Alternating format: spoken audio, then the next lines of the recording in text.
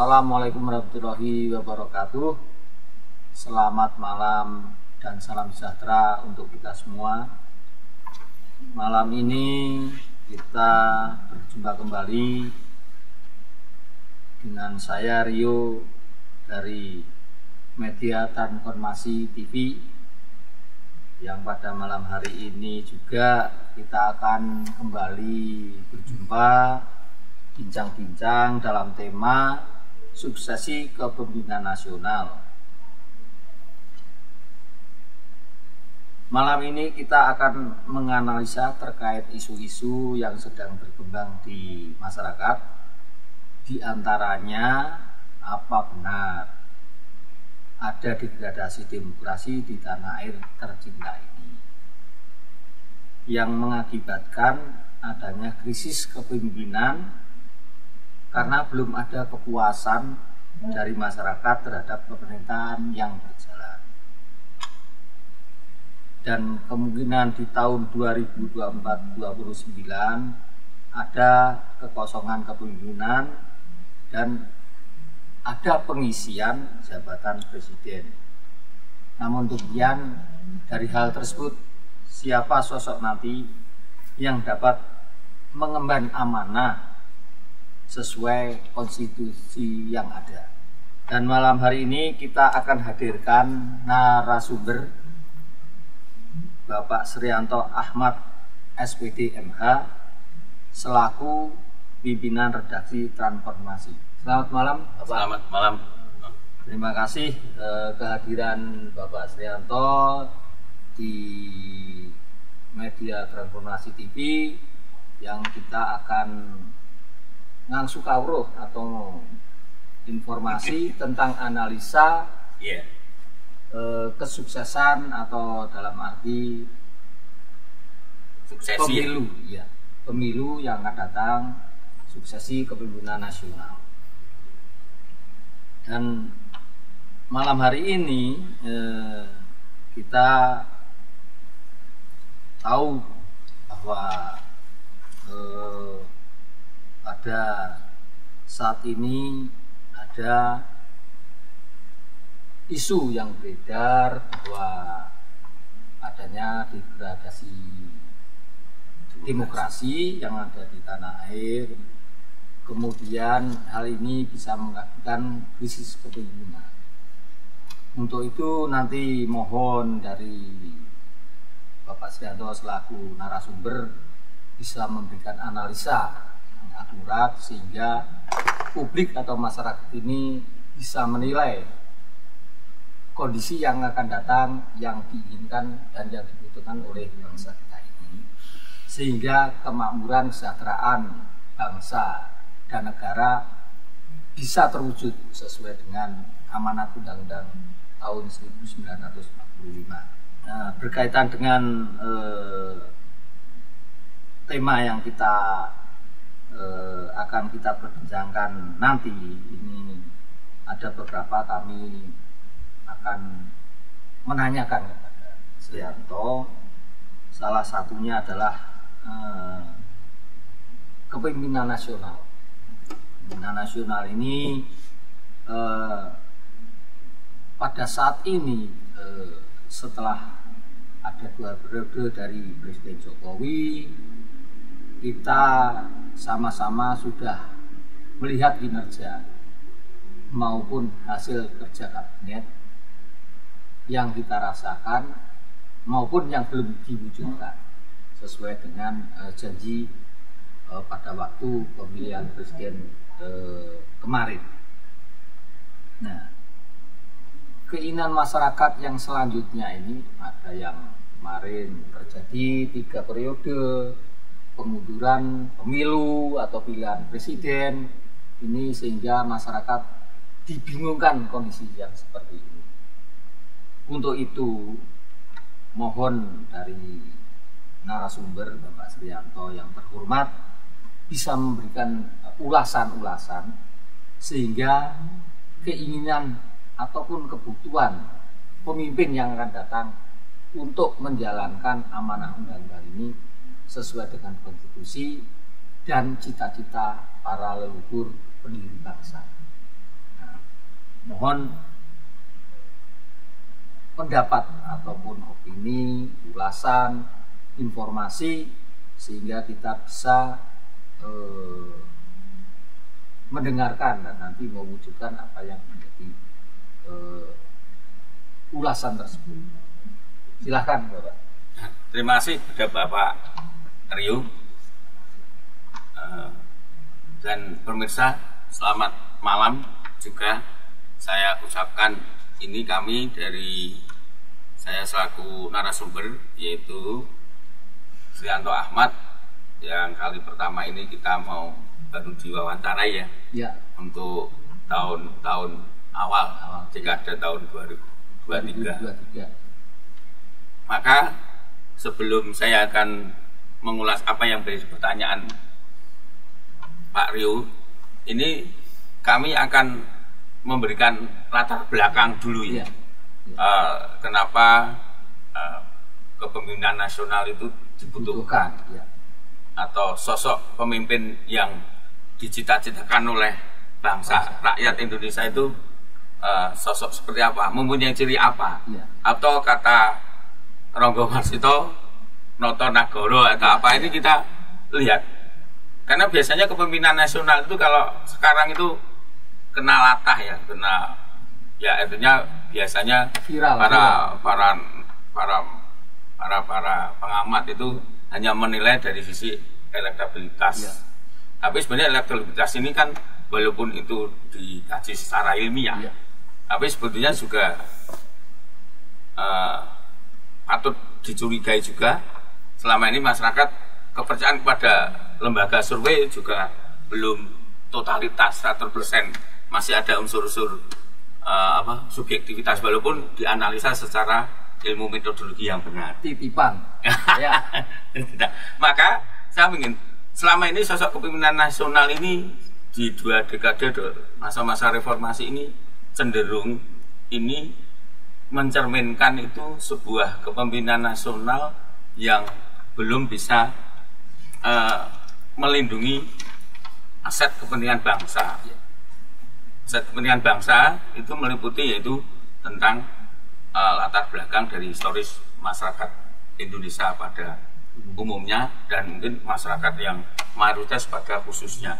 Salah satunya kepemimpinan nasional sekarang ini kan diawali dari produk pemilu. Nah, produknya pemilu ini sendiri juga ada sesuatu yang memang dalam tanda petik tadi apa yang demokratisasi ya. Gitu. Artinya demokrasinya ini juga tidak mencerminkan suatu pemilihan yang patut masyarakat memahami kurang adanya faktor-faktor yang mendukung yang namanya luber. Yaitu masyarakat sudah paham sekarang. Karena apa? Dengan adanya dunia teknologi, informasi digital ini juga di samping itu juga untuk kepentingan basis publik atau basis datanya akurat, tapi juga patut dicurigai masyarakat sudah pinter, sudah pandai tentang digitalisasi, bisa ada dugaan dimanfaatkan oleh kepentingan tertentu.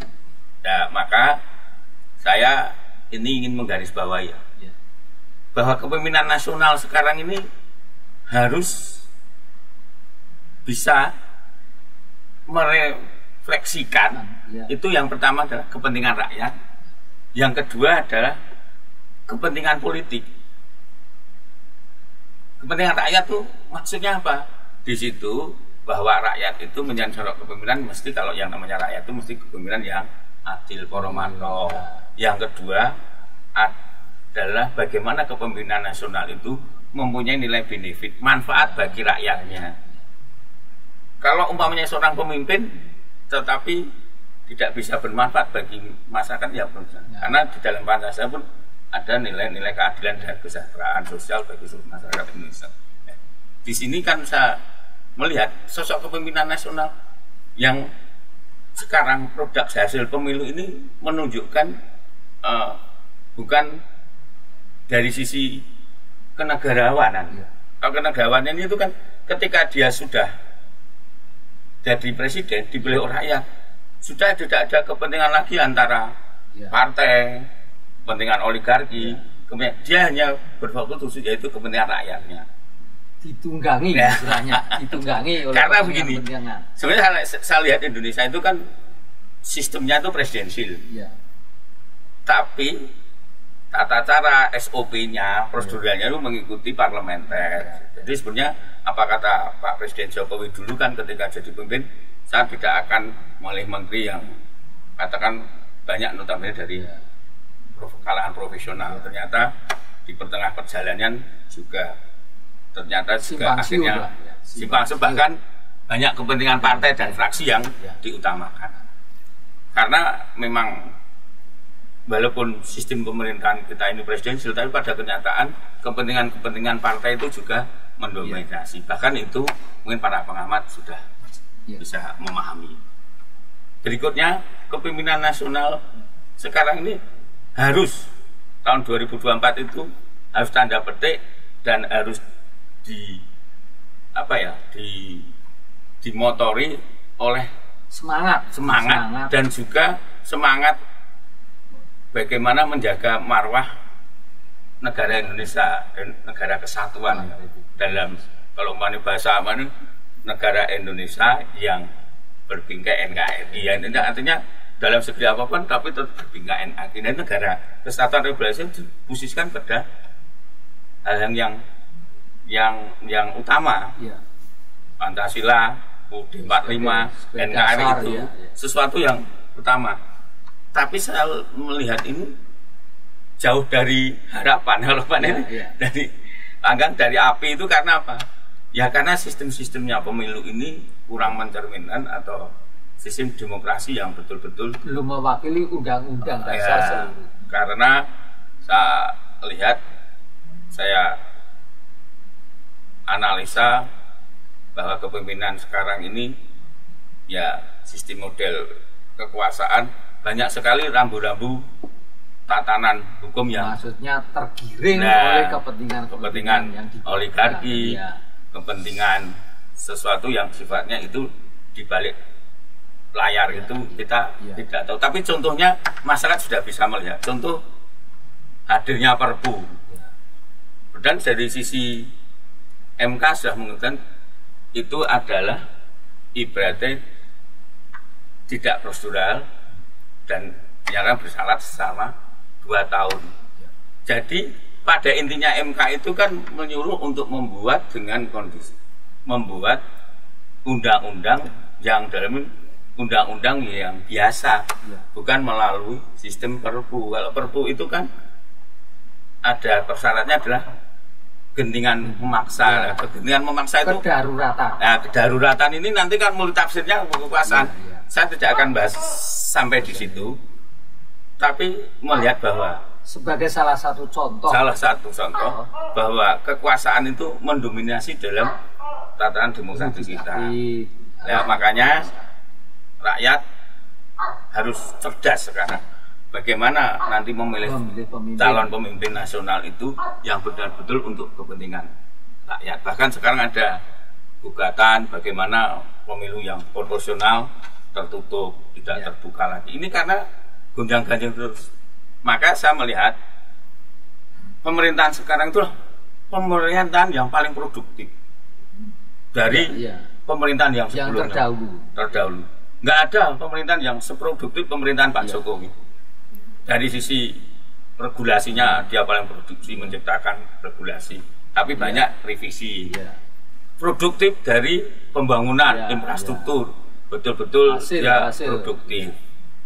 Tetapi dengan adanya undang-undang ini perlu digarisbawahi karena saking produktifnya itu kadangkala SOP, tatanan, aturan, kesulitan banyak yang dilanggar. Kepontal-pontal. Contoh kemarin dari sisi undang-undang Omnibus Law Cipta Kerja, terus banyak sekali kepentingan publik. Contoh membuat undang-undang malam hari di RO ini aja. Ya inilah hanya partisipasi publik itu tempo waktu yang pendek singkatnya bisa terjadi perubahan.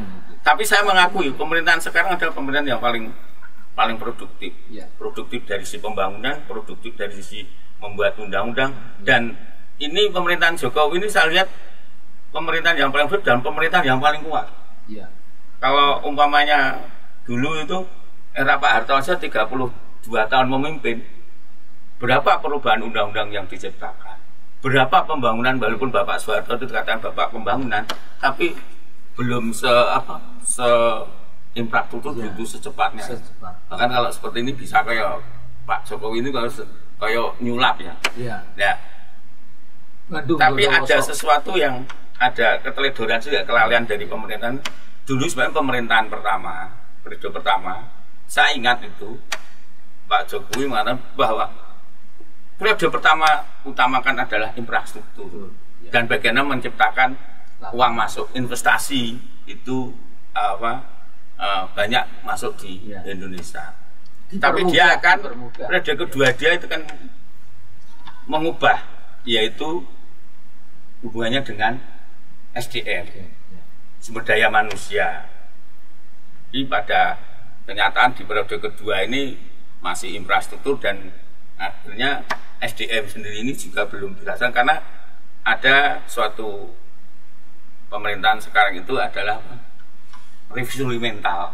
Nah, revolusi mental ini sekarang juga belum bisa dirasakan dengan revolusi mental ala pemerintahan karena pada dasarnya masih terjadi rakyat itu terkotak-kotak di dalam sesuatu yang sifatnya itu kepentingan golongan dan partainya.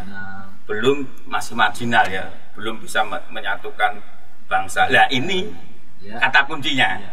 Sosok pemimpinan nasional berikutnya adalah seorang pemimpin yang mempunyai negarawan yang bisa mempersatukan beberapa golongan, beberapa etnis, beberapa pemikiran, elemen bangsa.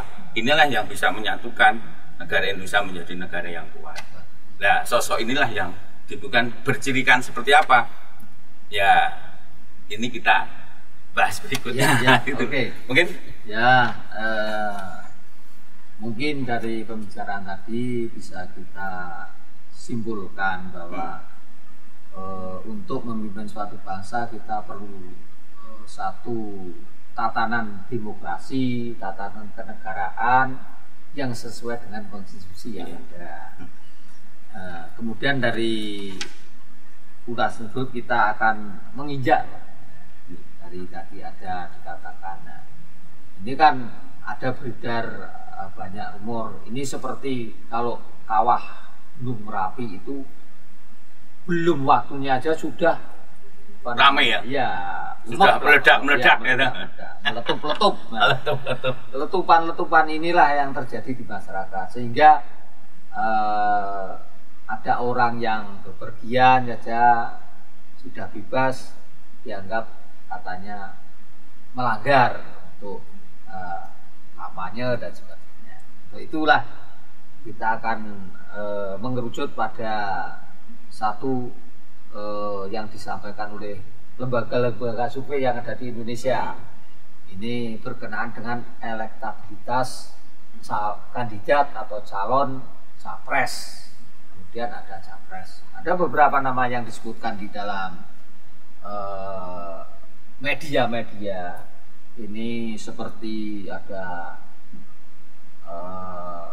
langkah-langkah dari Anies Baswedan, viralnya Ganjar Pranowo, kemudian keteguhan Prabowo, kemudian ada bayang-bayang yang lain termasuk dari PDB ini belum bisa menentukan apakah Puan atau dari mana karena kemarin ada dalam tubuh PDI sendiri ada satu semacam kepentingan pribadi mungkin ataupun sekelompok golongan ini yang menjadikan menjalin akan mengadakan konsolidasi ke dalam PDI. Nah, untuk di lembaga survei yang telah ada yang sekarang di beredar ini, menurut narasumber ini Bapak Srianto, letak elektabilitas nantinya di tahun 2024 pada waktu genderang perang sudah dibunyikan, ini posisi mereka, kapasitas, kapabilitas mereka dari yang masuk dalam kategori elektabilitas yang nomor 1, 2, dan 3, kira-kira pembacaannya gimana? Gini, kalau kita lihat kepemimpinan nasional itu kan rata-rata masyarakat itu didorong, diarahkan kepada lembaga survei. Walaupun lembaga survei itu tidak menjadi patokan yang kuat, hanya sebagai pijaan untuk kepada partai ataupun calon kandidat itu hanya untuk melakukan titik awal sebagai dasar penilaian untuk melakukan strategi berikutnya. Kalau kita mendasari dari elektabilitas atau lembaga survei banyak, tapi yang saya lihat itu hampir sama. Di situ yang pertama kemarin Pak Ganjar, sekarang Pak Prabowo nomor 3 sedang melejit naik ke tingkat pertama. Yang kedua dulu Anies pertama turun, sekarang Anies nomor 3. Ya, jadi kalau intinya kepada capres atau pemimpin nasional mendatang ini, kalau dari sisi elektabilitas hanya 3. Jadi Prabowo, Pak Ganjar, yang ketiga adalah Anies Baswedan. Nah, sedangkan pemerintahan Jokowi yang dimotori oleh Pak Jokowi ini kan dia juga sekarang juga baru mulai menata bagaimana dia ingin melakukan yang namanya mencari pelanjutnya Pak Jokowi itu siapa. Bahkan banyak sekali melalui relawan melakukan, akan relawan Projo itu melakukan musrah, melakukan apa, ini kan juga langkah untuk bagaimana pelanjut Jokowi di dekade berikutnya.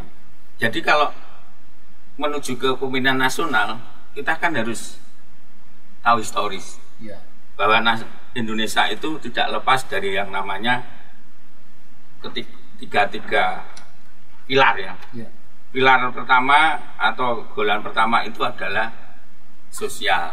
Orang yang berpikir ideologi berpikirnya adalah sosial.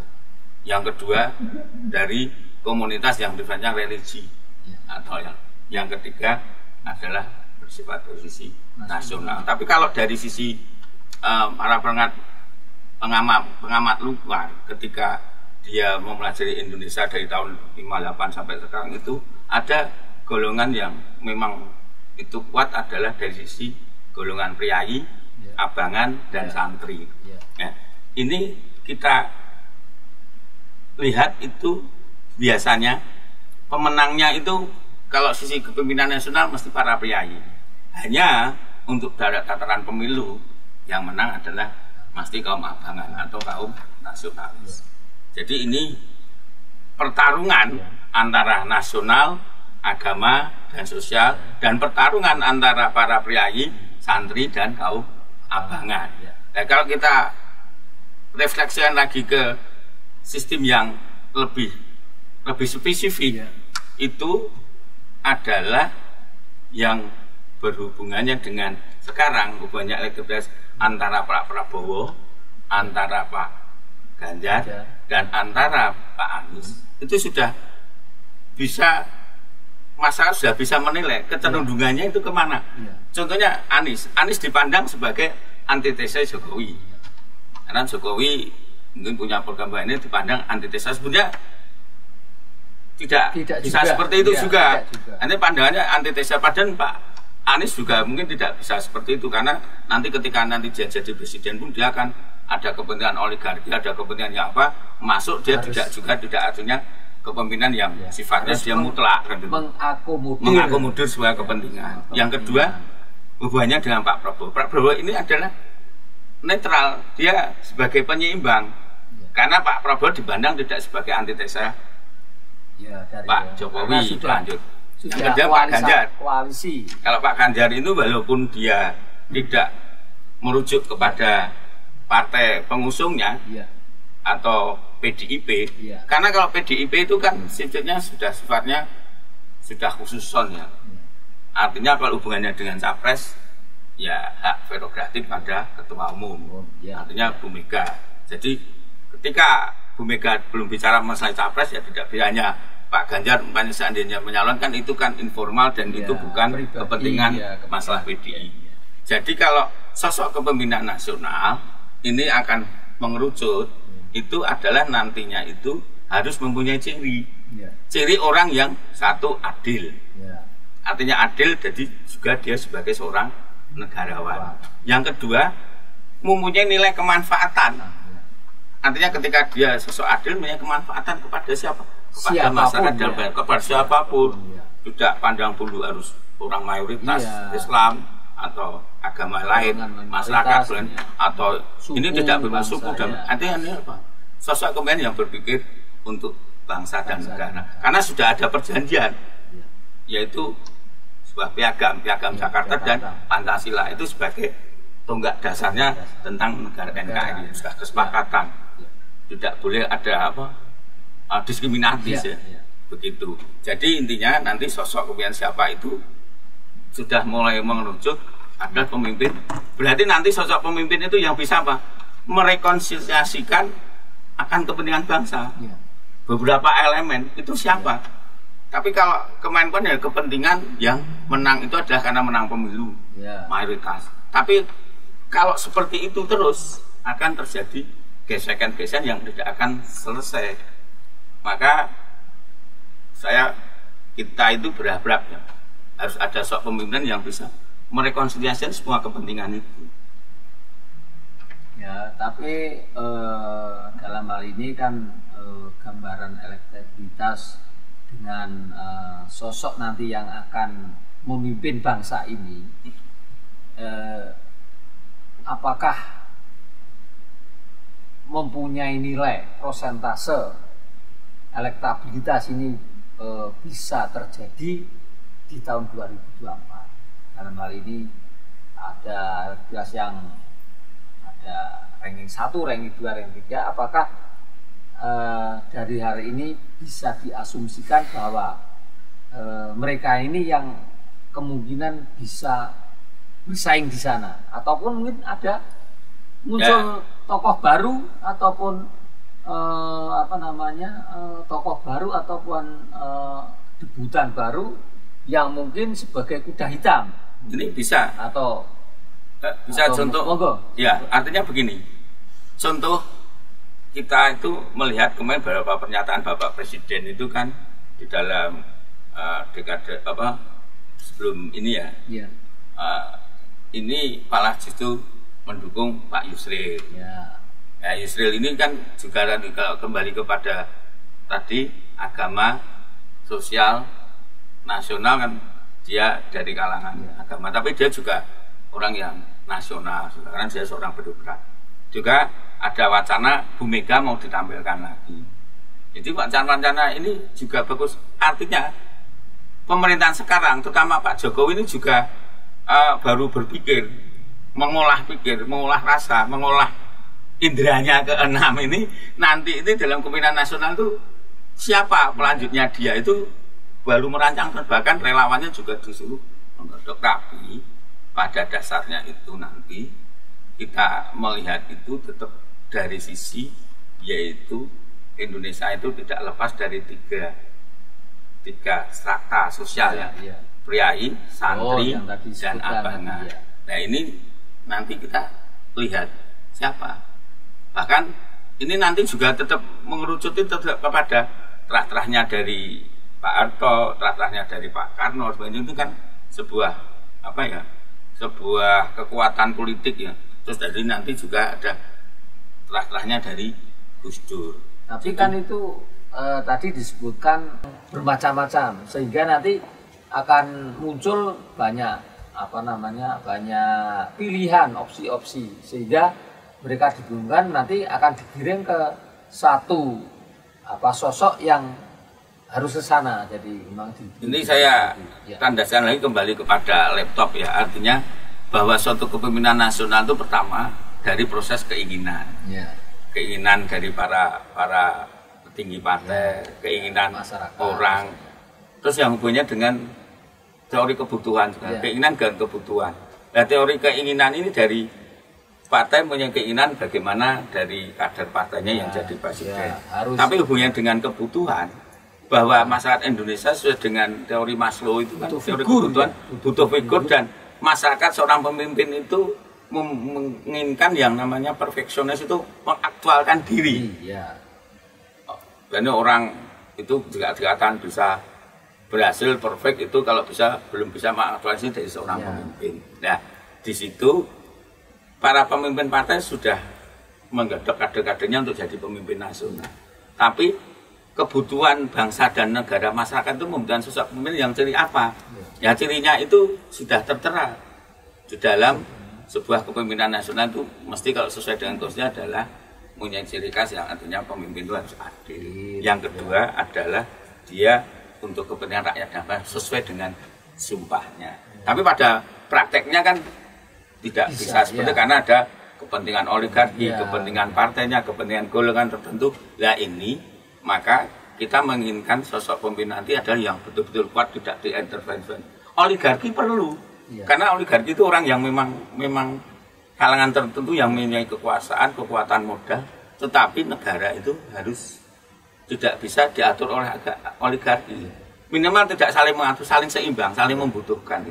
Nah itulah yang nanti negara itu akan kuat, akan jaya ketika oligarki juga oligarki yang punya kepentingan nation, bangsa dan negara. Tidak hanya kepentingan pribadi, usahanya saja, tapi kepentingan negara, bahwa di sini adalah utah darahnya, tanah negerinya yang harus dijunjung dan harus dimakmurkan. Maka sosok ini kita bundeli.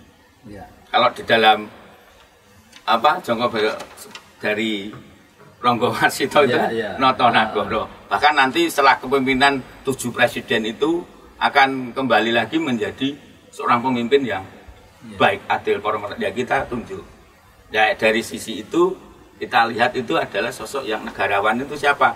Di antara Pak Prabowo, Pak Ganjar, Pak Anies, dan juga nanti ada alternatif. Bisa Bu Mega, bisa Mbak Puan, bisa Yusril.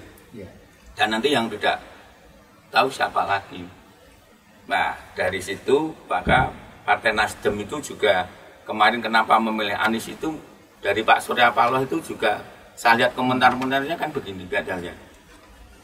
Dia tidak menginginkan itu negara itu dalam kondisi yang berhadap-hadapan terus.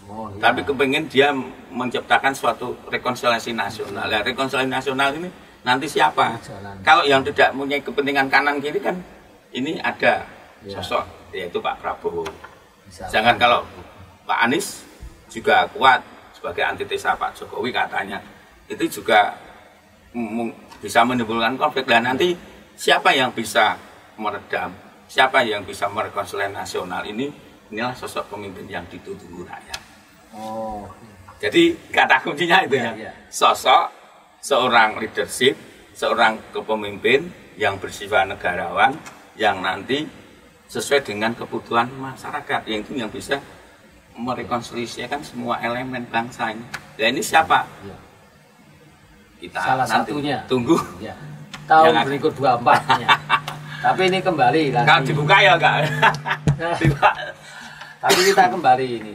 Jadi tadi disampaikan bahwa untuk sosok ini, kepemimpinan bangsa ini kan dari semacam figur, kemudian dari ataupun latar belakang dari. Nah, sebetulnya untuk bisa menjadi pemimpin ataupun nanti Ratu Adil yang ada di Indonesia ini, apakah ada dalam arti persyaratan khusus? Karena kita tahu dari pemimpin kita itu dari dulu pernah dipimpin dari sipil, seorang teknokrat, kemudian juga ada dari militer, kemudian dari teknokrat, ada dari kiai, ada dari partai, pengusaha. Kemudian sudah ada pengalaman-pengalaman bangsa ini untuk menjadikan seseorang pemimpin sehingga karakteristik pemimpin ini dari orde-orde tersebut akan ada perbedaan, meskipun relnya sama. Nah, untuk itu apakah yang di tahun 2024 ini harus mempunyai ciri khusus, dalam hal ini baik latar belakang atau pendidikan ataupun semacamnya, seperti kemunculan dari Presiden Joko Widodo dulu ini adalah karena ramainya medsos, sehingga dia bisa memunculkan seorang figur Joko Widodo menjadi presiden. Tapi kalau teori pemimpinan itu kan begini teorinya. Ketika pemimpin muncul itu artinya atas dasar sebuah pergolakan. Ya. Jadi Pak Jokowi itu dulu hadir bisa memimpin tuh karena ada suatu status quo besar, ya. Banyak soal partai yang besar menyalonkan Pak Prabowo. Tapi ketika dia kecil justru masyarakat ingin melakukan perubahan. Maka masyarakat pilih Pak Jokowi. Dan sekarang Pak Jokowi sudah mayoritas. Selanjutnya sekali. Nanti siapa lagi? Teori ciri khusus kepemimpinan dia lahir itu dari sebuah pergolakan, dari sebuah revolusi. Tapi yang jangan dikatakan revolusi itu revolusi fisik ya. Artinya revolusi pemikiran, revolusi gagasan. Nah di sini siapa nanti sosok pemimpin yang bisa menciptakan revolusi itu, dan dia bisa akhirnya menjadi pemimpin yang menjadi juru damai, rekonsiliasi. Ini yang dibutuhkan oleh masyarakat. Pemimpin yang menyejukkan, yang mendamaikan. Itulah ciri khusus dari seorang pemimpin yang adil. Terima kasih mungkin dari Bapak Srianto Ahmad. Ini yang terakhir Pak, kita ingin diberikan informasi tentang apakah pemilu ini yang di tahun 2024 nanti ini terlaksana sesuai dengan jadwal atau schedule yang telah ditetapkan pemerintah. Apakah dari segi perangkat aturan ini sudah tersiapkan dengan baik, sehingga 2024 kita bisa berjalan sesuai dengan rencana yang sudah digariskan 5 tahunan ini. Karena ada wacana, kemudian ada 3 periode, ada kemunduran pemilu yang notabene juga memerlukan dana yang tidak sedikit, sehingga perlu pemikiran besar, pemikiran yang jauh ke depan, karena saat ini kita menghadapi krisis baik krisis energi, krisis ekonomi, sehingga apakah prediksi di tahun 2024 pemilu bisa berjalan sesuai dengan schedule yang ada, kemudian kita bisa melewati hal tersebut tanpa kendala ataupun hambatan yang cukup membuat dan merepotkan bangsa ini, sehingga kita lebih berjalan lebih langkah kita lebih ringan, dan kita akan melesat jauh ke depan menjadi seperti cita-cita yang mengikuti di negara G20 kemarin. Ya, ini kalau dari prediksi dari beberapa pengamat dan dianalisa dari historis dan dari sisi ketahanan dari pemerintahan sekarang, setelah pemerintahan ini akan lancar dan juga artinya bisa lolos ke tahap-tahap berikutnya. Karena apa?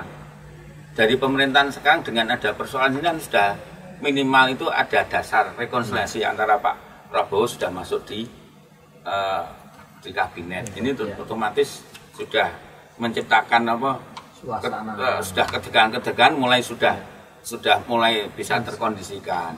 Yang kedua itu hubungannya dengan pemilu itu sebetulnya undang-undang atau regulasi itu sudah mengunci. Makanya kemarin itu ini ada ungkapan 3 periode diperpanjang. Itu saya sudah menganalisa tulisannya Prof. Yusril itu dikunci, ya tidak bisa. Persoalannya umpamanya itu di amandemen, tetapi tidak bisa karena dari MPR-nya itu dimisioner. Iya. Jadi kan nggak bisa. Iya, iya. Jadi memang pemilu itu sudah dikunci. Memang kalau pemilu aturan itu tidak dikunci, ya repot, nanti kekuasaan saya ingin perpanjang lagi. Ya seandainya ada keinginan secara konstitusionalnya yang sulit. Ya. Seandainya ada, tiap semua kepentingan itu karena partai-partai mesti kepengen, nggak mungkin lah. Artinya apalagi partai-partai yang sifatnya itu kuat, dia kepengen ada terjadi suksesi, kepengen terjadi perubahan pemimpinan. Nggak mungkin terus semua apapun, walaupun dulu mendukung Pak Jokowi, tapi ketika sudah 5 tahun tetap dia juga akan berkiprah lagi. Tidak ingin status quo, karena undang-undang juga sudah mengunci itu. Pemirsa, demikian bincang-bincang kita dengan narasumber Bapak Srianto, SPD MH, selaku pimpinan redaksi Transformasi. Apa yang disampaikan mungkin bermanfaat pada Anda. Tolong isi komentar di bawahnya. Jangan lupa subscribe untuk kita, dan kita akan berjumpa lagi nanti di episode yang akan datang. Terima kasih Pak Srianto atas kehadirannya. Sama-sama. Ya. Kemudian para pemirsa bisa ketemu lagi dengan saya Rio dari Media Transformasi TV di episode yang akan datang. Jangan lupa, dan kita salam sejahtera, NKRI harga mati. Selamat malam. Selamat malam.